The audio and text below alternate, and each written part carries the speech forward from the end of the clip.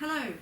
These videos are going to be about how to play the string quartet arrangements that I've been making that are all about tango style. So the one we're going to look at today is called El Choclo, and it's been arranged being influenced by the Canaro style, and Francisco Canaro was one of the first famous tango violinists. He wasn't considered the most amazing violinist, but he had a very famous band, a very famous quartet and orchestra. And at the beginning of the tango movement, which was around about the 1920s, when tango was really starting to become very popular, he had a great deal of success and played in lots of milongas, made lots of recordings. So he's a really good place to start when you're beginning on this tango journey. So this arrangement was made for a string quartet, and I'm going to talk about the different bowing techniques you need and tango style in general, so that when you get this music, you know how to play it and what to do with it.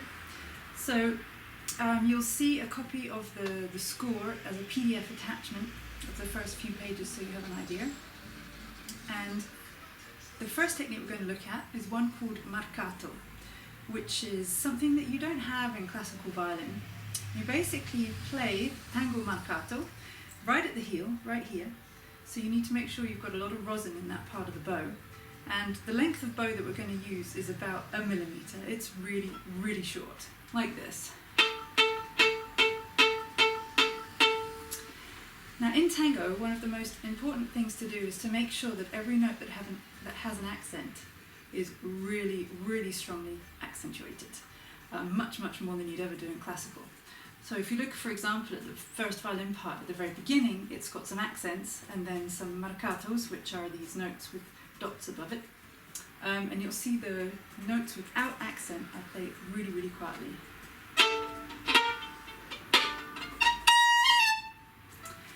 I don't know if you noticed as well, but all of the notes without an accent are an up bow. So the accents are down.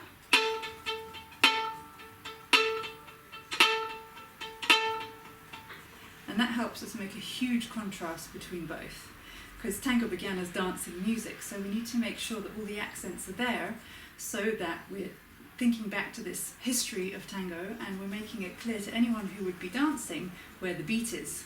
Tango music didn't have percussion or drums or anything like that, so all of the other instruments that exist in tango, bandoneon, piano, bass, cello, clarinet, trumpet even, we all need to make sure, guitar as well, we all need to make sure that we're playing in a percussive way so that anyone who's dancing understands where we are in the music.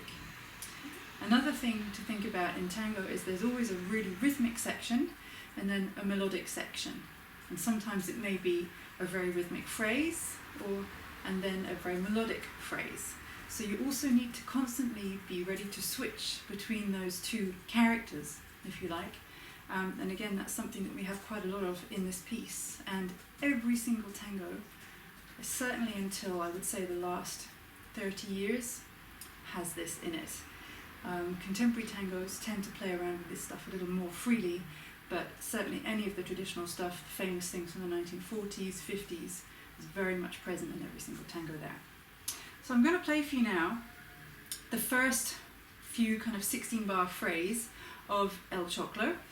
Just to give you an idea of the feel and how this marcato sounds. It's basically a marcato throughout the whole of this first passage for pretty much all of the instruments, even the ones who are accompanying violin, two, viola and cello. You're also going to be using exactly the same bowing technique.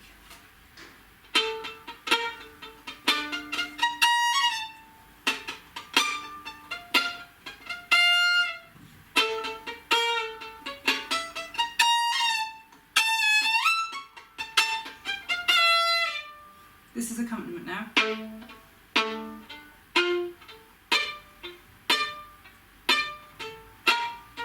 So you can hear the second note I'm playing is so quiet we hardly hear it. We really don't need it. Even if you just have a little sound, that's really enough.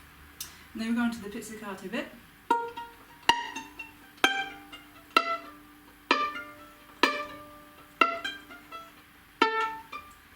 So again, you hear when I play an accent, even in pizzicato, it's much, much louder than all of the rest. And this is something that always needs to be exaggerated.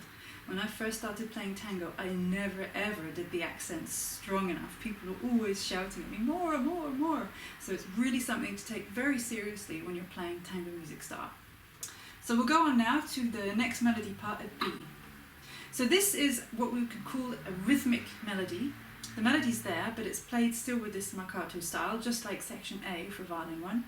And then later on there's a few parts which are a bit more melodic, so you'll kind of exaggerate that melody part there.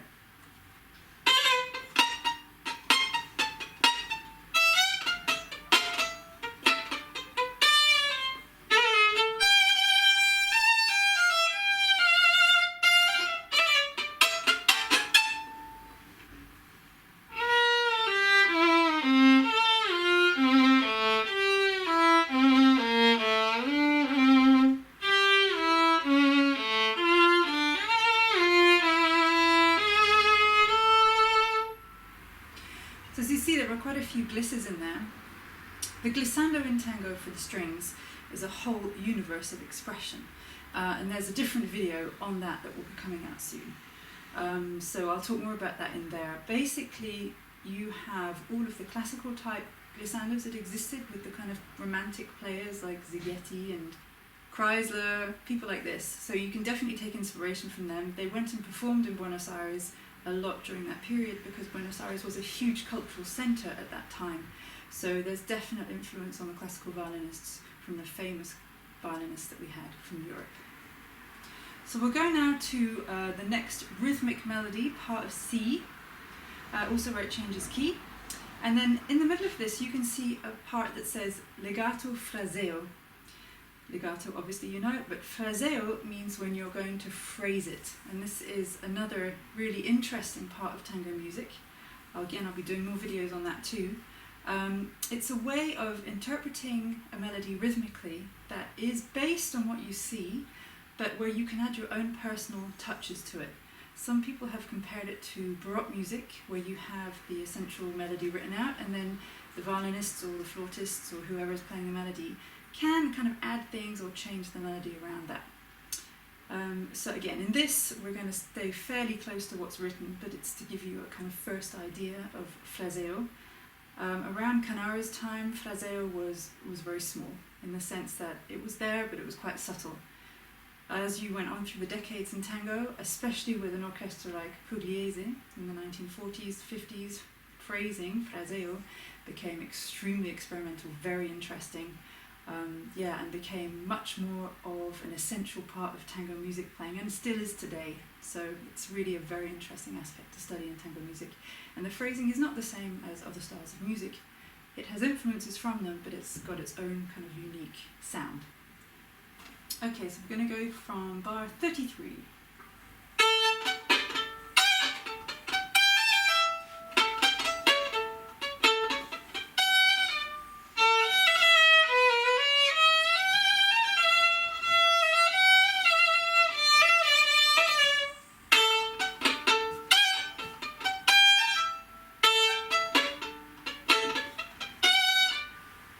And then we get to a bit more accompaniment with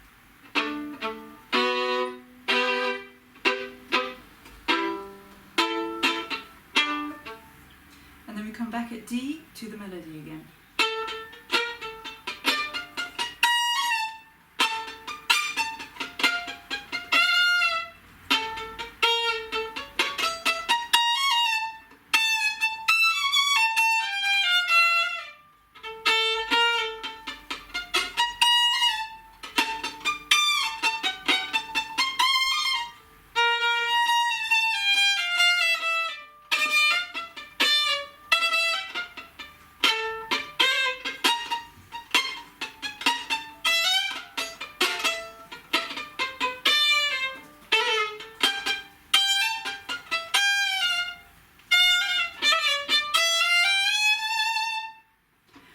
So as you will see, the playing is quite percussive sometimes, especially around bar 64, 63.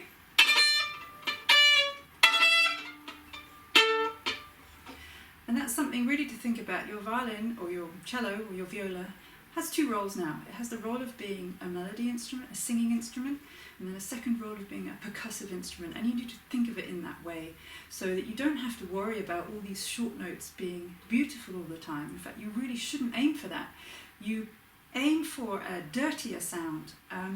It's not a problem if you hear this kind of scratchiness, because if you're amplified and you're playing from milonga, this kind of bite is what's going to really hit through the rest of the sound of any tango band, so that you're going to be contributing towards the beat, towards this percussive rhythm that's always going on behind everything.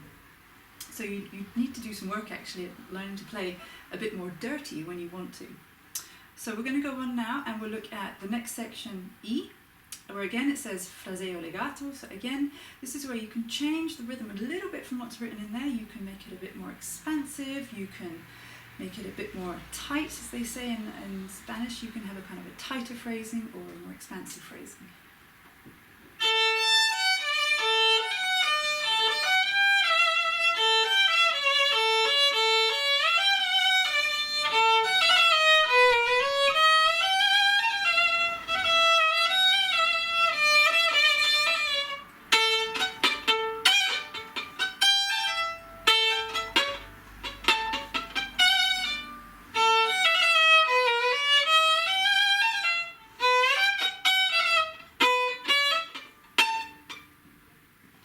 Now, you might probably notice the ending.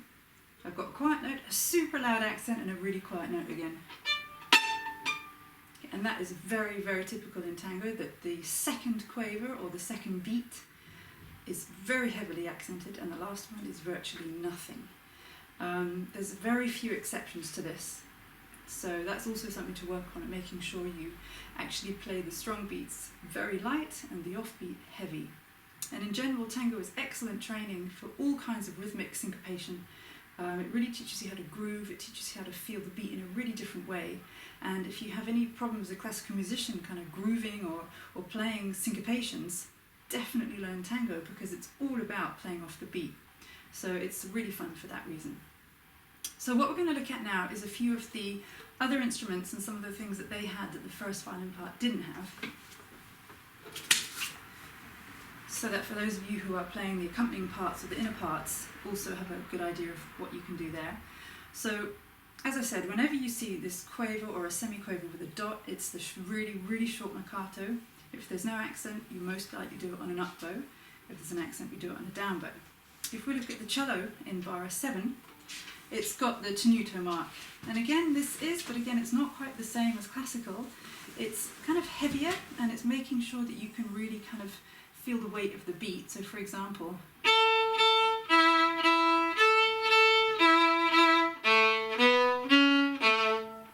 so you're just really kind of putting it down nicely, but it's not as singing as it might be in a classical piece.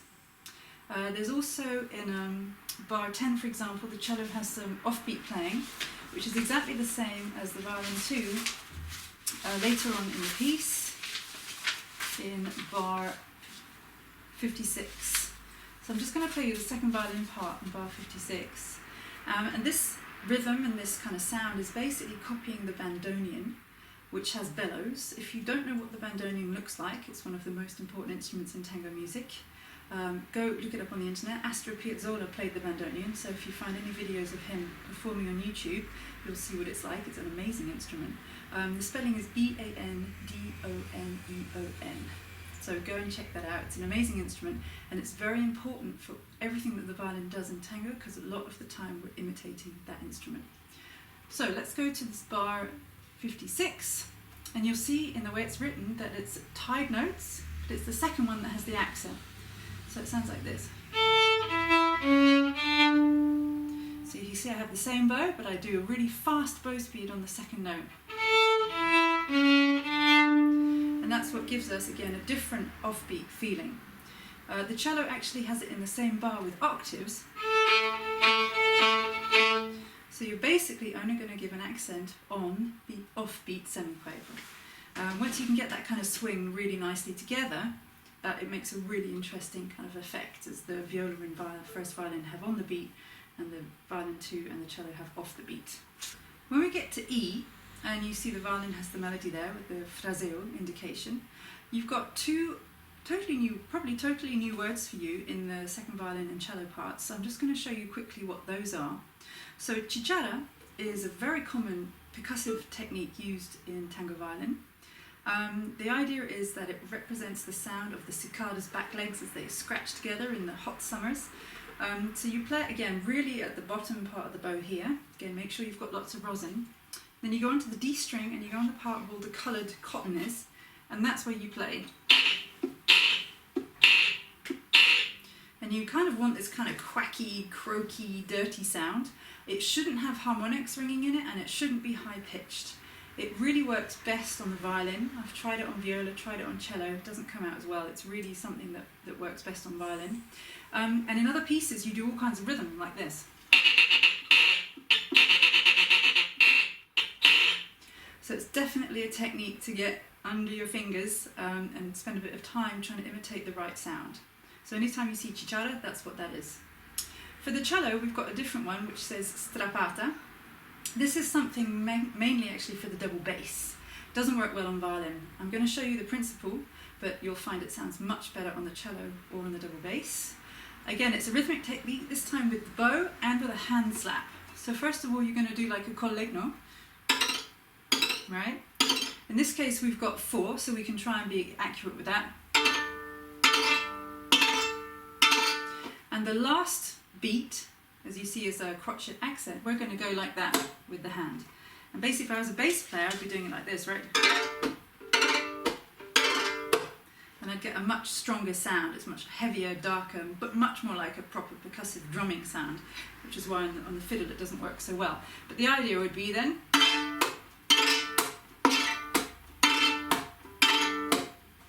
And again, it really has to be very rhythmically strong, accurate, and in the right place. So again, it's something that takes a little bit of practice, but the effect is fantastic when you have it working together with everyone else. So the last little rhythmic feature I want to look at with you is in the cello part in bar 82. Just to make sure again that you've got the right articulation. One thing that's really important in tango music is the articulation, to the point that musicians will say, if you don't have the right articulation, you're not playing tango, you're just playing popular Latin American music. And that is the difference that is made. It's real, it's very real. So if you don't learn the kind of articulation, then it's a different style of music. So it's essential to the very heart of tango music. So we're just looking at the cello part here, and again, for the articulation, let's have a quick go. As you see, I've got really strong accents, and all the other notes pretty much disappear. And one thing you'll notice is in the first 2 semiquavers have a slur and an accent. The second semiquaver, we hardly hear it.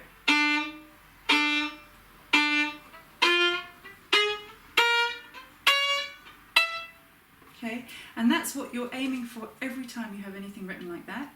And in fact, in tango music, whenever you have a quaver or a semiquaver with an accent and a slur to the next note, that second note is always going to be virtually inaudible. So that's my quick review of how to play this arrangement. I'll be doing others, there will be more to come. If you do have any questions, do please drop me a line, send me an email, and I'd be happy to tell you more about how to play tango music. Bye!